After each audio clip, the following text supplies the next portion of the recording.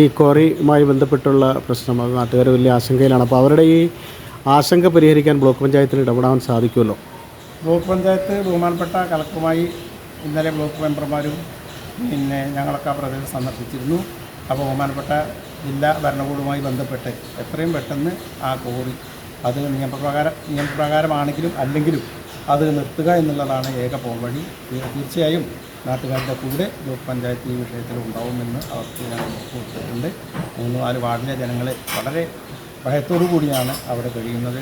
ഏത് നിമിഷവും അവർക്ക് ചൂരൽമലയിലും പാവളപ്പാറയിലുമൊക്കെ ഉണ്ടായ പോലുള്ള ദുരന്തം അവിടെ പ്രതീക്ഷിക്കാം എന്ന് തന്നെയാണ് ചെന്ന് കണ്ടാൽ അവർക്ക് നമുക്ക് ബോധ്യപ്പെടാൻ കഴിയുന്നത്.